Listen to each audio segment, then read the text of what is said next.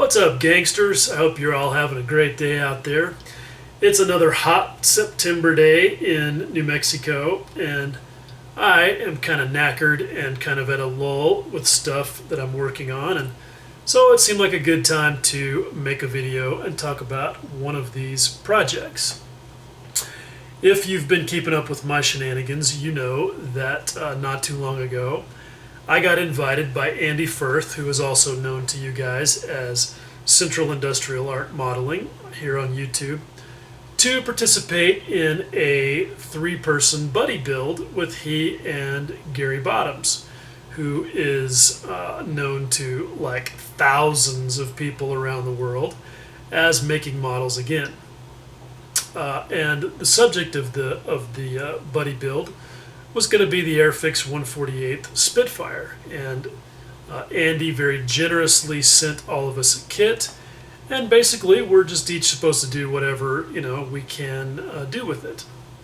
And I'm like thoroughly flattered and still a little bit in shock about being invited to participate in such a thing with such good model makers.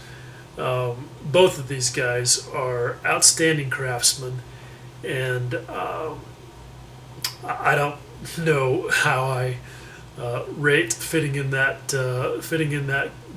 small company of 3, but nonetheless, it is what it is, and we have decided to call this the 3 modelteers group build. It's a pretty small group, but nonetheless, it's pretty cool. And I signed up for it as much because of what I know I can learn from these guys as anything. But I also was really curious about the airfix kit. Airfix gets a lot of press, some good, some bad. I've never built an airfix kit, but I hear that back in the day they were pretty terrible. And that they have, by all reports, done a lot of new tooling, kind of taken a new philosophy or a new approach, and are turning out some really impressive model kits. Now, honestly, because of the mixed reviews and because, at least right now, everything that I want to build has been available in a much more predictable package that's got a little red and blue logo on it from Japan. I don't know that I would have bought an airfix 148 Spitfire, at least not anytime soon. I mean, even though I was curious about it, there's just too many other things going on. But hey, I couldn't resist this for all the above reasons. Not just to be in a group with these two guys, but a chance to check out a kit that I might not otherwise have gotten into and see, what all the fuss is about. So I've got it right here, and I am going to do a 2, maybe 3-part review of it. Just kind of depends. Kind of like I did with my Machine and Krieger video.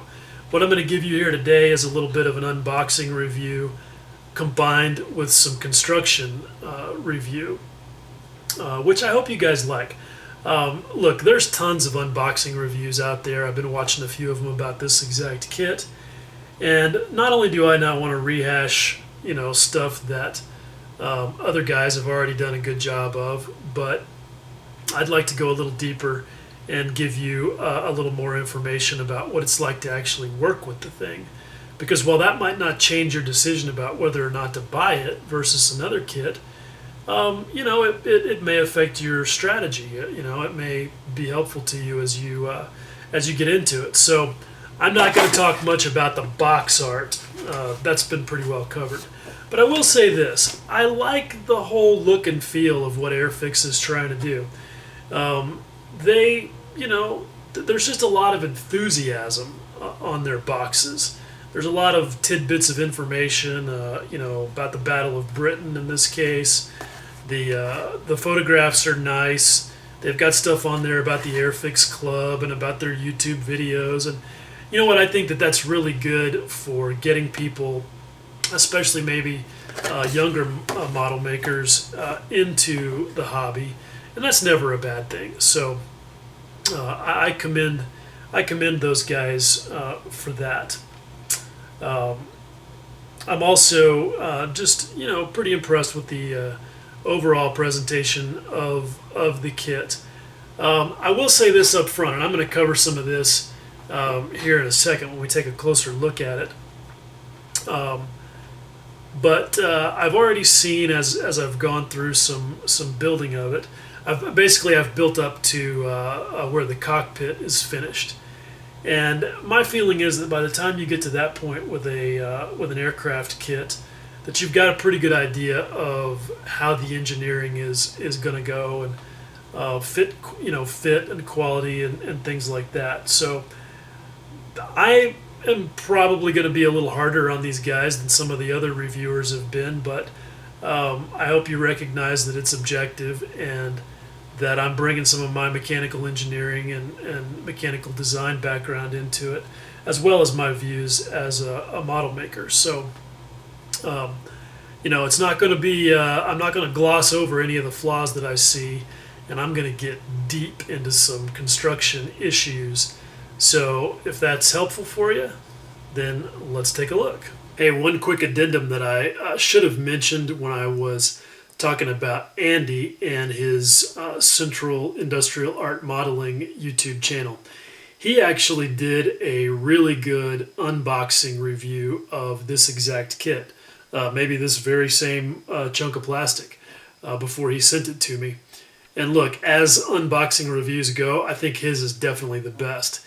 He spends a lot of time just giving you a really good look at all of the sprues, and the camera resolution is really good so you can see the detail, and he doesn't waste any time going through all the instructions or anything either. So if you want to see each and every sprue in its entirety and get a really good feel for what all the parts in this kit look like, go have a look at his video, and I'll put the link down there in the description. Okay, let's go. Okay, let's take a quick look at the instruction sheet. Now, I'm not going to go through every single page and every single step, because that's just something I don't need to waste your bandwidth and your time with. But I will call out a few highlights. I like the overall presentation of the instruction sheet, and I'll tell you right up front that the only real issue I have with it is that unless I'm missing something, there are not any useful color callouts. Now, what do I mean by useful? I mean that they give you color callouts, like they tell you, for example, that this is color 33, color 56, color 85. But unless I'm missing something, I can't find anything in here that tells me what those colors are.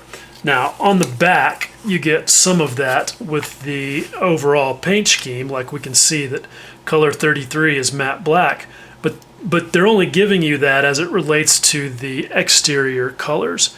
I know, having looked at the box art, that those colors are for Humbrol colors. But, I have a little bit of an issue with that. I mean, I know that Airfix has an affiliation with Humbrol, I guess.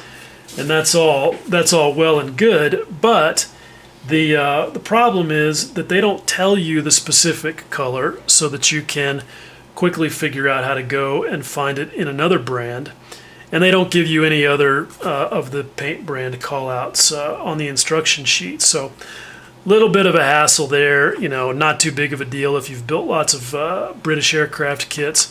You kind of know what's supposed to be interior green and what's supposed to be black and silver and so forth. One thing that I do like about this instruction sheet is the overall presentation of the illustrations. They've clearly used CAD models to do that, and they do a good job of breaking up each step so that there's really not any ambiguity about how things go together.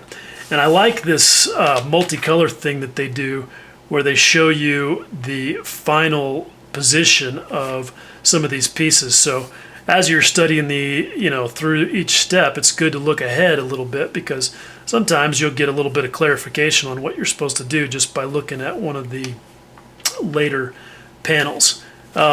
They also do a good job of showing you where there are options. For example, like if you're going to put the pilot in it or not. In this case, if you are going to include the closed version of the canopy, they tell you that you've got to make a little bit of a modification to the edge of the fuselage right there for that. So, I think it's good. I think especially, again, if you're a, not necessarily a beginning modeler, but maybe, with a little bit less experience, that this is a good setup. These instructions are definitely gonna help you through everything.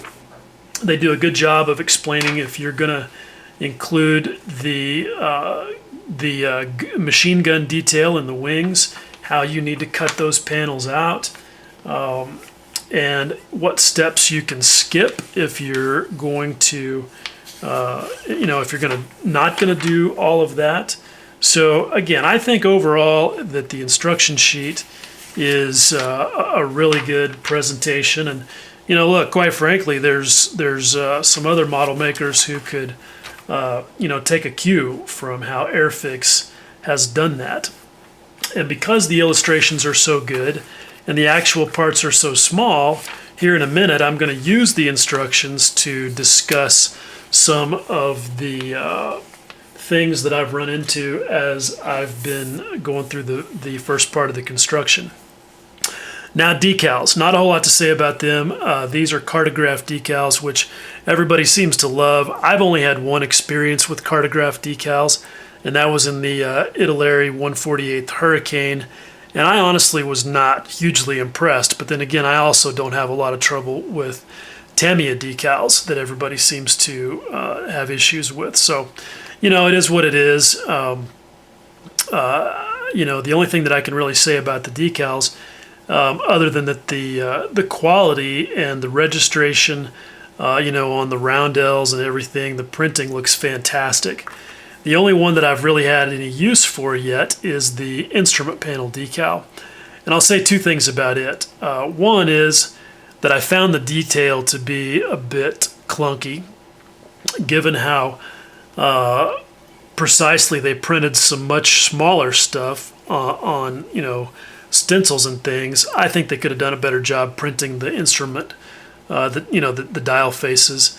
The other thing is that it was not perfectly in registration with the molded detail on the instrument panel itself, and I ended up having to fiddle with it a little bit there. And because of the way that they, what they try to give you is a black outline that you are supposed to use to position it. And even if it is in registration, that's difficult to do because the instrument panel itself is black. And so it makes it almost impossible to see the black outline that's supposed to help you to position it. So I think they could have done better on that particular score.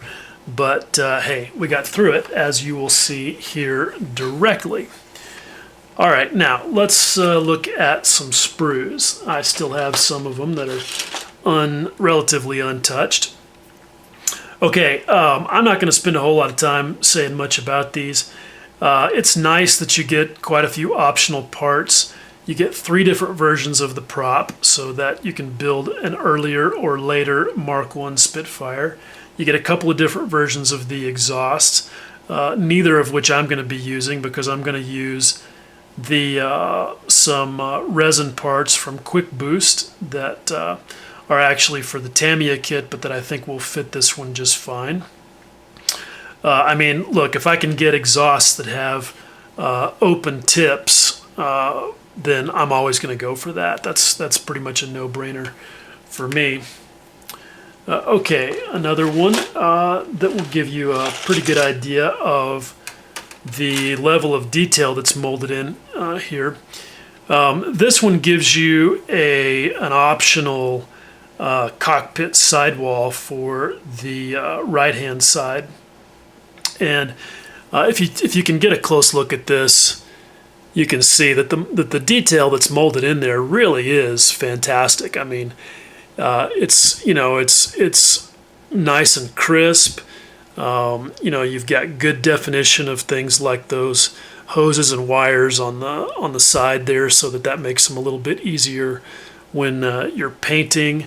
And I think that overall they've done a really good job. You can also see, like, with this, this is an optional control gizmo in the cockpit. I'm not exactly sure what that's for, but you can see that the detail there is really pretty good. You can see on this piece that's the chin. Those rivets may be a little bit heavy, and I've found that some of the panel lines may be a little bit heavy, but it's not something that I really object to, and that's just part of the look. Okay, now let's have a look at the clear parts.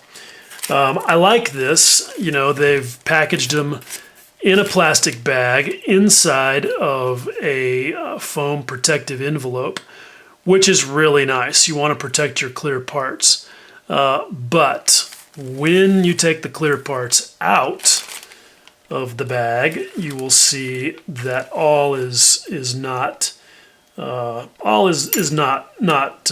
well as we'd like for it to be. Okay, the parts are fairly thin, and I think that's good, but the clarity and the distortion is not as good as I would hope for, and hopefully you'll be able to see that here. When you look through that at some of these, things on this printed sheet, you can see that there's some distortion there. So I think that they could have done a little bit better with that.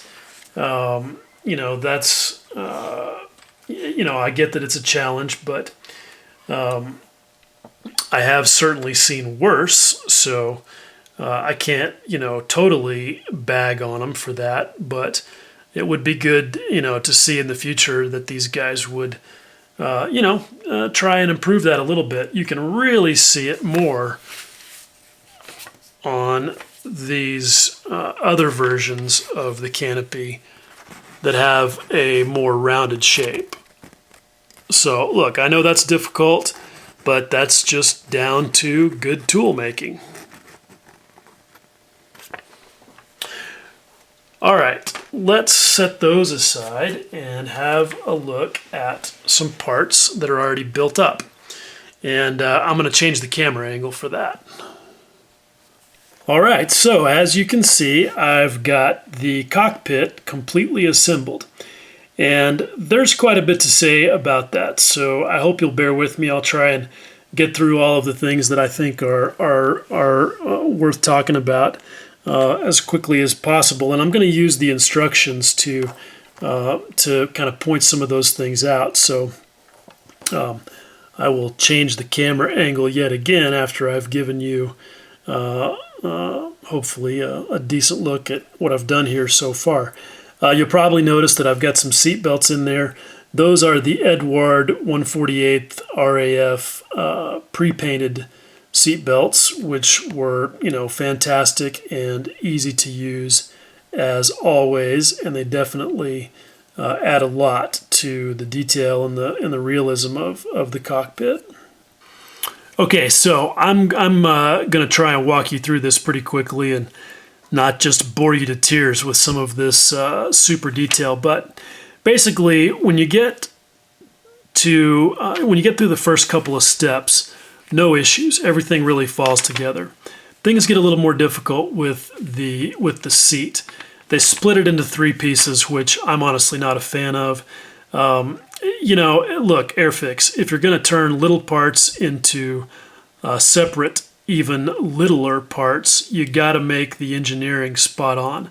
They've got to go together easily. And, you guys have watched my videos, have heard me say this before, but take a cue from Tamiya. Those guys are the masters of making stuff fit together so well that you can basically, assemble it without glue.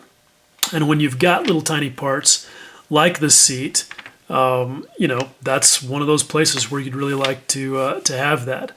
I understand why they did it the way they did it. I just feel like that they could have maybe gone a different route and made it a little bit easier to get it together correctly. Now, as much as I moaned and groaned about that, however, it was nothing compared to what I ran into right here on step 7. Now, what that is something that you can't really see a whole lot because it's way down there on the floor of the cockpit. But that's the assembly of the rudder pedals and the actuators. Okay, and this is where I ran into my first bit of problems with flash. When you take a real quick look at these sprues, you don't see a whole lot of flash. There is some in a few places, but it's nothing, really grotesque. The problem is that even a tiny bit of flash, when you get to tiny little parts, can turn into a major issue. And there's nothing that annoys me more than having to fill with tiny parts just to get them to fit right. And I had to on this thing. Basically, there was enough flash in these 2 holes to keep this part from sliding over these rods like they show you. So I had to clean those out. Not a huge deal, but again, those parts are very small. Much smaller than they look on the printed page, for sure. Once I got that taken care of, I noticed that it was really important to make sure that you get the positioning of this piece correct with respect to this piece, because that's going to dictate how it fits into the sidewall of the fuselage, as you'll see here in a second. The next thing that I found uber annoying was this little balancing act of putting the rudder pedals on top of these cylinders. There's basically nothing there to position them, and it's just strictly up to your skill at gluing and eyeballing in order to make sure that they look right when they're done. And frankly, mine are a little bit crooked, but the good news is that, hey, they're so far down inside there that nobody's really going to be able to see that when it's all said and done. Okay, these next few steps are where I decided to kind of go off the rails a little bit with my construction strategy because of the way that I wanted to paint this thing. What they want you to do is add the instrument panel to this former right here before you glue it to the sidewall. Now, first of all, if you have plans like I did to paint and do washes and detailing and so forth to all of this, then you probably don't want to have the instrument panel on there at that point. So what I did is I went ahead, before I did any painting, I glued in each of these components to the sidewall. And then I glued this former in there, but I did not include the instrument panel itself. Now I do want to say that one thing I like that they did with these pieces here is they give you a nice gap between the piece and the sidewall itself. And when you go to detail paint that, you'll understand why I say that, because it makes it a lot easier to paint this control wheel black without accidentally spooging some onto the interior green of the fuselage that's right there behind it. So good thinking there. I definitely appreciate that. Now, here's what I was talking about before regarding the positioning of the pieces on this assembly right here. Because it's got to mate against this and against this portion of the fuselage, you can see that you've got to have the longitudinal spacing of that pretty good. So, you just have to be careful of that. And it is difficult to get it exactly right. I mean, they don't engineer it so that it falls together exactly as it needs to be, so you're going to have to pay attention. I also chose to leave the control column out until later because I knew that if I was going to be reaching in there with the brush for dry brushing and things like that, that it would, be in the way. Now, here's one that's also a bit of a hassle, and that is this lever right here. you can see that basically what they want you to do is attach it to the left side and then mate it to its opposing hole in the right-hand side. Now, unless you're doing all that at the same time, you run the risk of having this thing glued firmly in place on the left side and the tip of it not lining up with the hole on the right-hand side. And again, the way that I was choosing to paint everything, I felt like that I wanted to put this part in last. So I did run into that problem. But it was even a little worse than that because it didn't fit the holes that they give you for it. And what I ended up doing was basically just cutting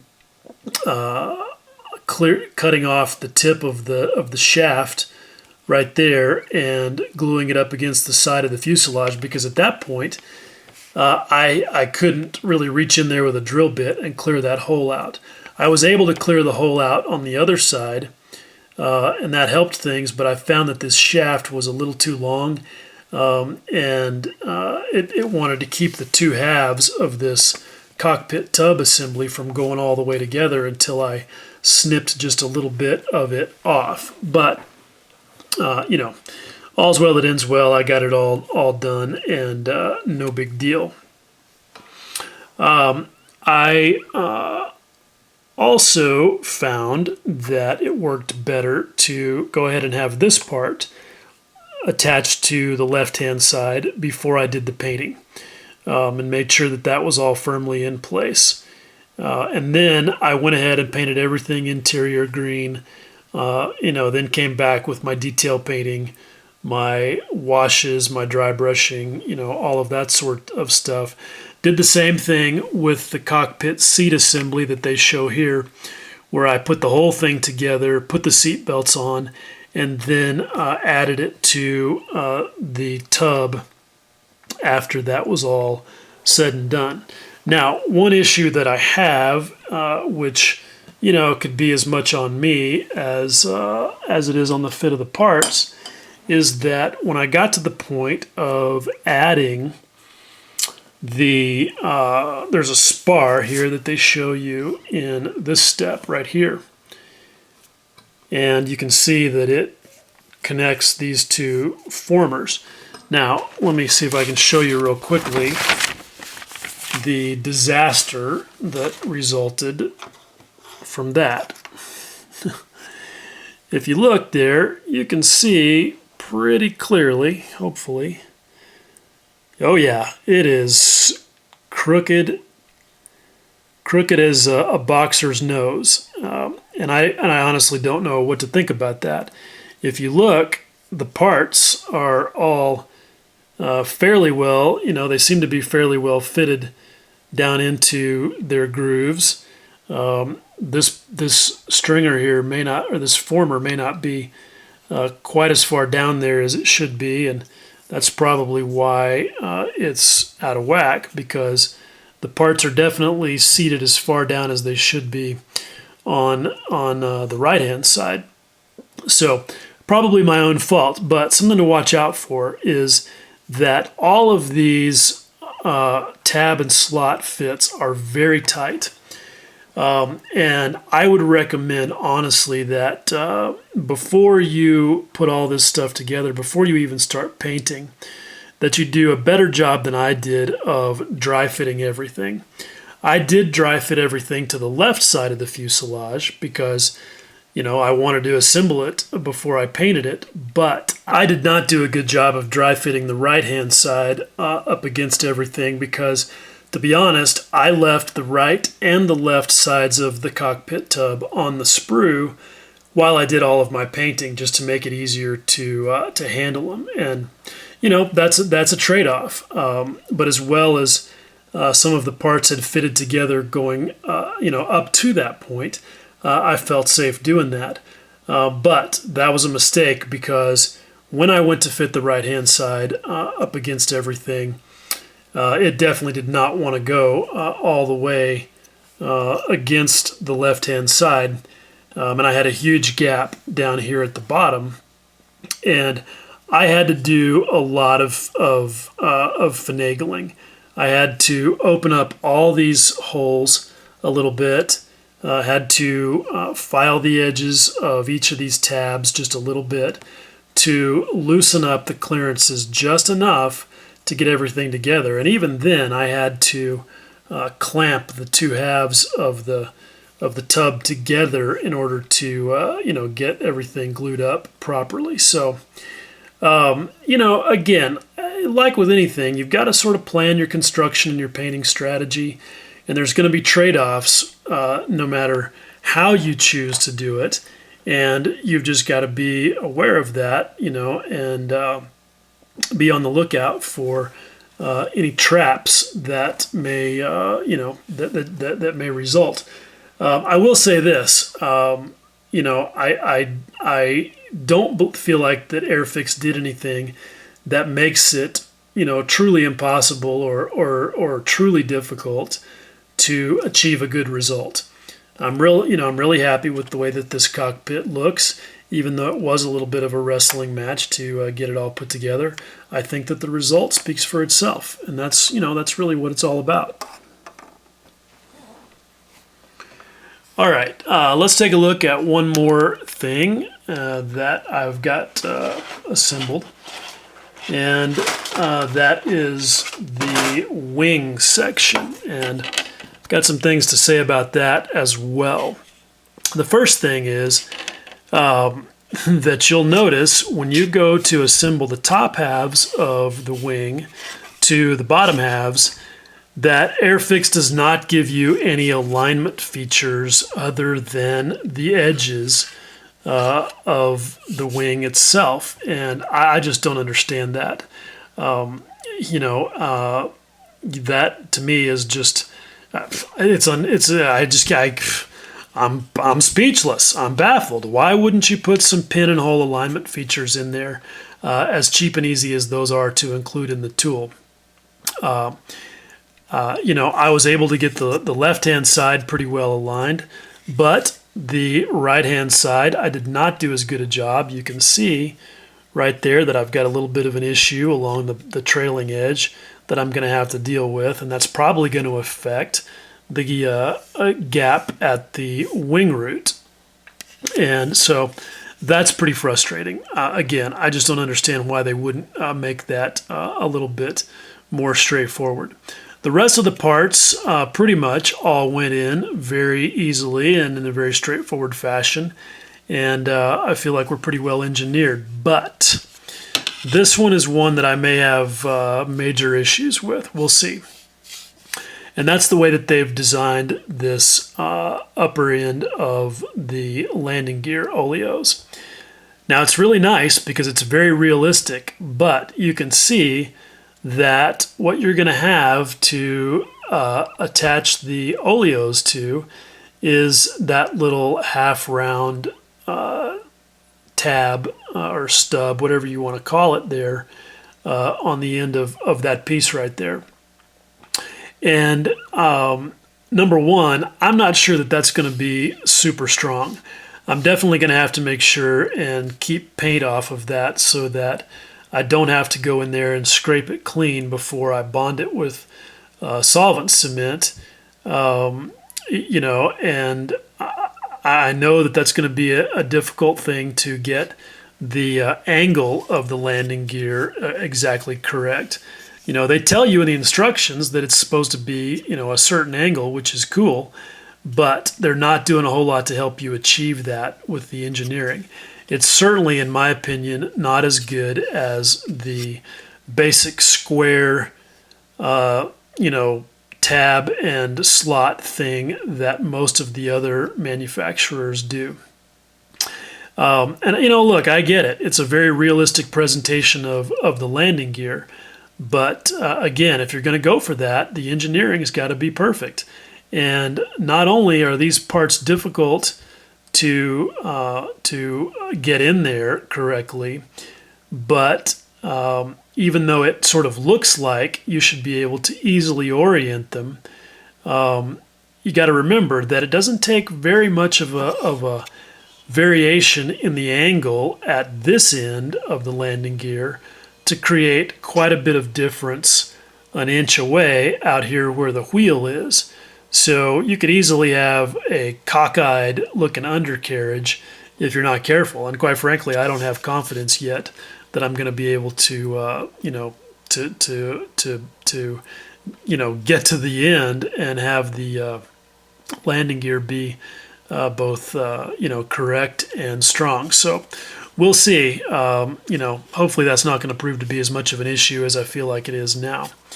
But other than that, other than that, everything seems to be going fairly well so far. Okay, I know that if you're still watching, that was probably a mind-numbing amount of detail and discussion of minutia. And look, I hate that it goes like that, but I don't know how else to do it. I mean, it is what it is. There are those are issues and things that I found as I was going through construction of this part of the kit. And like I said at the beginning, I want to make something that's useful and valuable information for anybody else who's thinking about buying this kit or going through building it themselves, and maybe save you some of the headaches that I experienced. The bottom line for me with this kit is that I kind of, if I was going to sum it up so far in one statement, it would be good intent, but maybe not such good execution. I get that what Airfix is trying to do is make a very accurate representation of the Spitfire, and I totally commend them for doing that. And I understand that when you decide to do that the engineering challenges go up by an order of magnitude. But it's always a balancing act between fidelity of the details and ease of construction and strength of the model that results. And I'm not sure at this point that I believe that all the trade-offs that they made were really worthwhile. I mean, look, all of that detail on the floor of the cockpit is fantastic. But again, it's very difficult to see any of it, especially when you take into account that, like in my case, I'm going to have the canopy closed, and with the distortions, again, it's just not going to be all that highly visible. So I would question whether or not, the difficulty in making all of that stuff fit together easily was a fair trade-off for the accuracy of the representation. Same thing with the landing gear. Definitely am feeling sketchy about that, and maybe by the time I get to the next video I'll feel differently. But as much as I respect what they've tried to do with creating an accurate representation, I'm not at all convinced that that's going to go together well, or that it's going to be sturdy when it's all said and done. So again, look, these are just the things that I notice.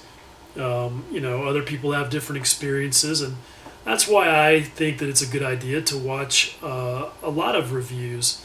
And there's certainly lots of them out there for this kit.